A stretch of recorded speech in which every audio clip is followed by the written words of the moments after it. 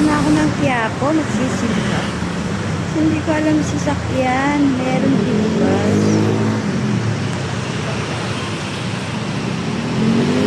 Dito sa EDSA.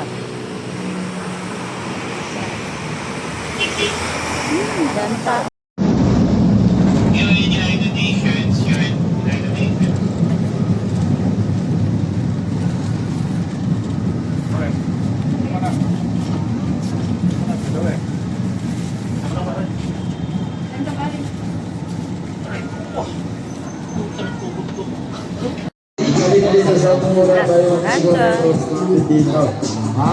Dalawa na wabit nila, boss ko na. Agaban bumili mo na magkurang napakaganda. Wow! Talaga naman, no? Talaga naman.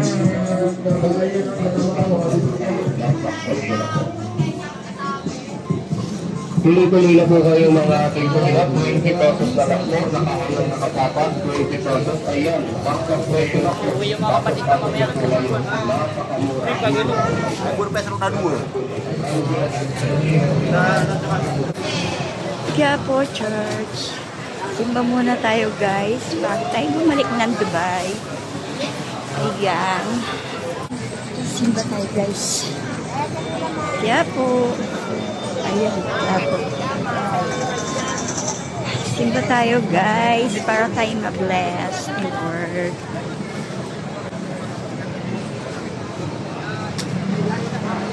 Ayan tao guys. Tayo dito.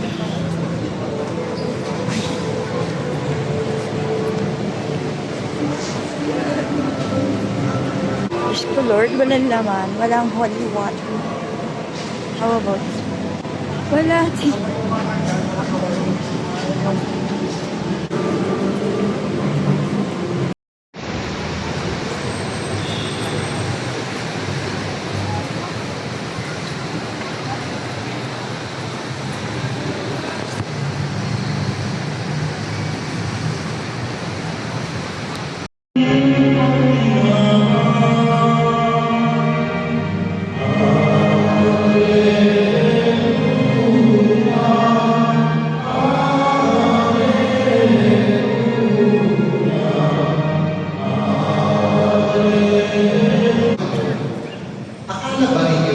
Pumarito ako upang magdala ng ating lahat ang aming napahal na kapatid kay Kristo. Sisimulan ko itong aking pagmilay-nilay sa isang napakagandang aksyon sa Ingles na nagsasabi, "We may lose much in following Christ, but we will never lose our soul." Nag-ibig kong sabihin, sa pagsunod kay Kristo, pwede maraming mawawalan sa atin. Pero ang isang hindi mawawala sa atin, ang ating kaluluwa, ang ating ay sumunod kay Kristo. Alam niyo, ang mahal na po Jesus Nazareno, nangaral siya, nagturo siya ng katotohanan. At sa pagturo po niya ng katotohanan, hindi lang niya tinuturo ang nais pakinggan ng mga tao. Sa pagturo niya sa amin ng katotohanan, na dapat natin gawin ng tama.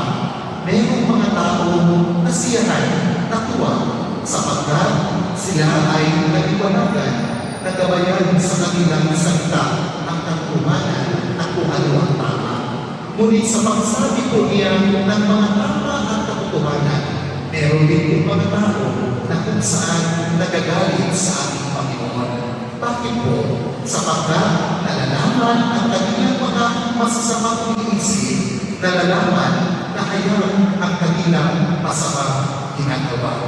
At dito po nagkakaroon po mga kapatid ng pagkakabahagi, pagkakiwag-iwalay, sapagkat mayroong gustong katotohanan, mayroong gustong kasinungalingan.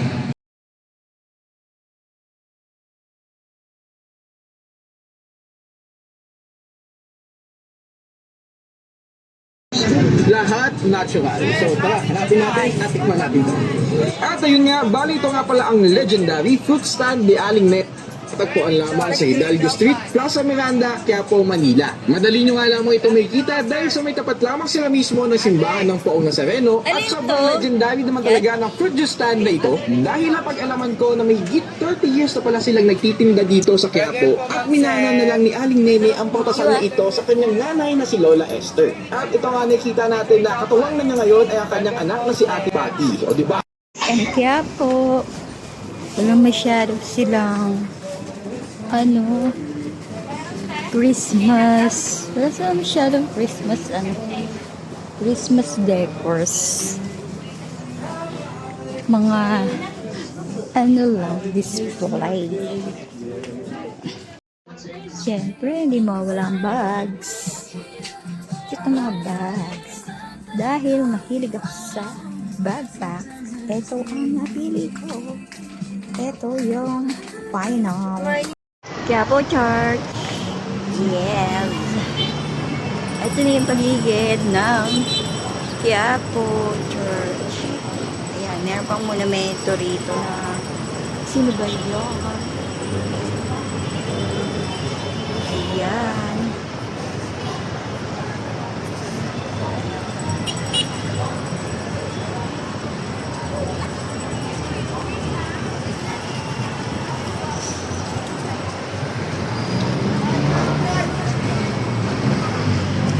Sakay na ako guys.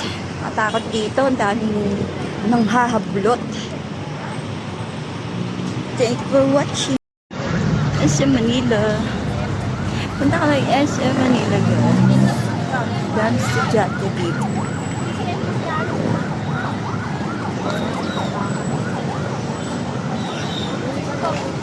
Nahanap ko yung nakabox na na pinabibili ng anak ko, yung brownies. Alam mo anong pangalan ng brownies? Pero ayun, hahanapin ko dito sa SM Manila dahil ito yung malapit sa Quiapo. Kaya ito na lang, Manila nagpunta para madali makasakay ng PTEX.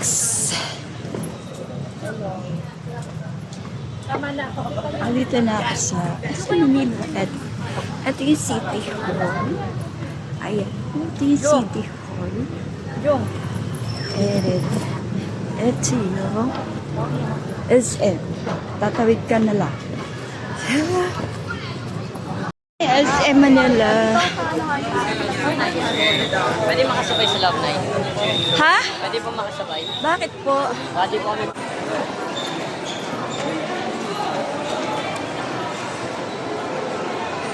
Ang ganda. Dito pala mas maganda sa SM Manila. Hindi kagaya sa SM. Kaya po, sobrang lungkot. Konti lang ang design ng Christmas. Walang decors masyado.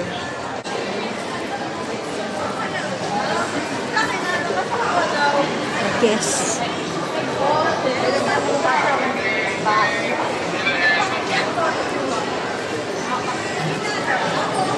Hindi ko alam saan ko hanapin yung brownies na yun. Pero alam ko meron dito nun. Hanapin ko. So na siya pakilala. Ito yung LSM store. Every food court.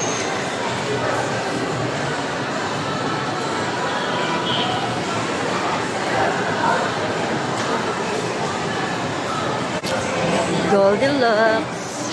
Ayan. Ang dami kumakain sa Goldilocks. Ang sarap ng cake.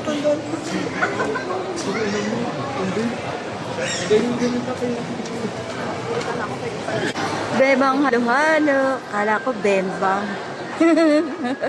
At Greenwich. Oh, Greenwich.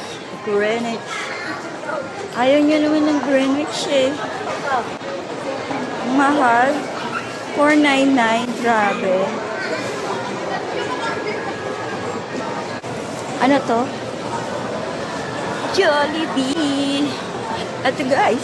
Ang haba ng pila kasi ang dami estudyante dito. Jollibee. Jollibee Manila SM. Finally, natagpuan ko din ang brownies na hinahanap ko siya. Eto siya. Hindi ako na assorted.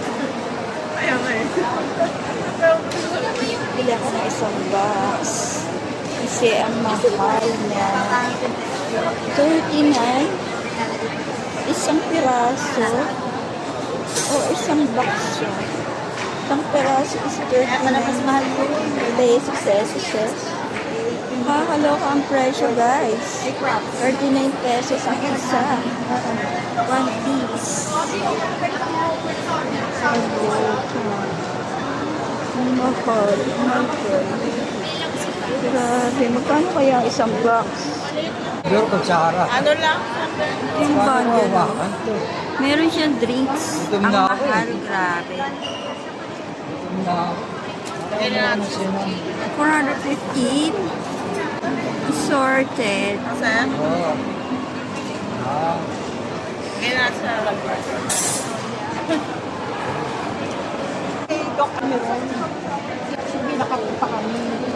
Wala din si King. Si Ma'am Darlene Walan, tsaka yung isang yung tatlo, ako kilala ko lang si Ma'am Darlene. 12 pieces. Alam mo naman yung purple Kala ko magkano. Tsaka ang isang coordinator box. naman ako yung chair. Ano yung Pero pag bundle C ay 450. Ito yung laman ng isang box. Ayan. 355. Ayan na guys. Bibili ako na ito. Isang box. 12 pieces na 335. Yan yung bibiling ko. Ayan. Ang laman niya. Ang laki ng Christmas. Ang laki ng Christmas tree, guys. So, it's a giant Christmas tree. Dito to sa SM Manila. Ayan. Ay, baba. Dito ako sa second floor. Ganda ng design, no? Sobrang pagod ko na. Pero, sulit naman.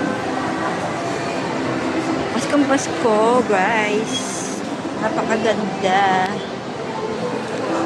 Ayun na itaas.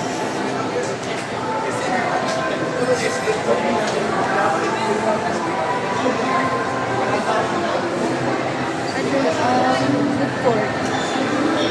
Hanapin ko yung Miniso. Nandito Ace Hardware.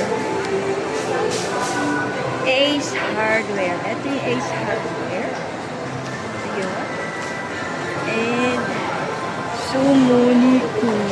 Ganda dito sa SM Manila. Malaki siya. Malaki. Ayan. Gaganda yung mga damit sa botik. Ito. Mga accessories. Tingnan ko nga may magandang headband.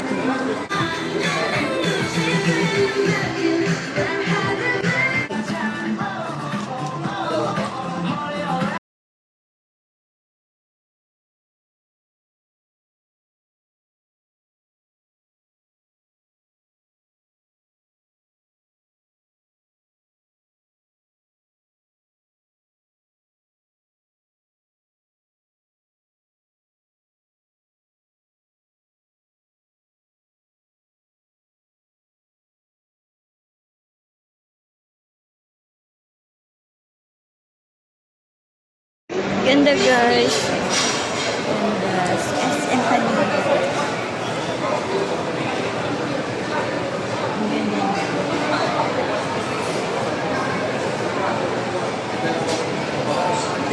large na yung standard ko.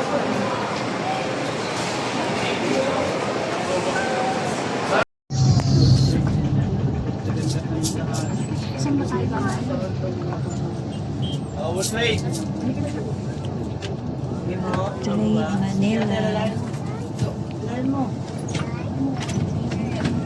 Saka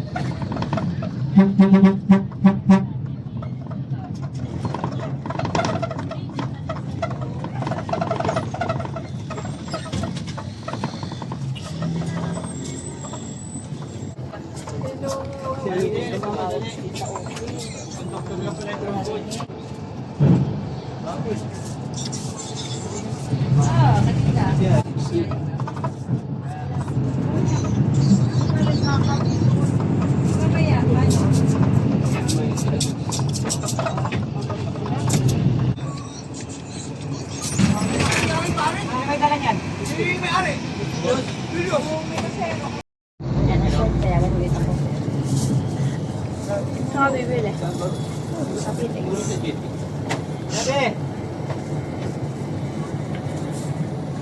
Sabi ni wala na.